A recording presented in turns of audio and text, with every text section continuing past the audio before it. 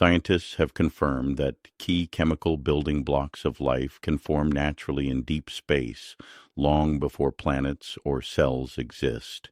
Laboratory experiments now show that simple molecules exposed to cold temperatures, radiation, and cosmic conditions can assemble into amino acid and protein precursors on dust grains and icy particles.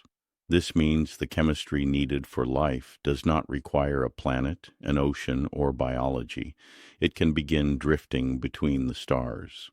What matters here is not life itself, but preparation. Complex chemistry appears early, persists in harsh environments, and arrives pre-assembled wherever conditions allow it to continue.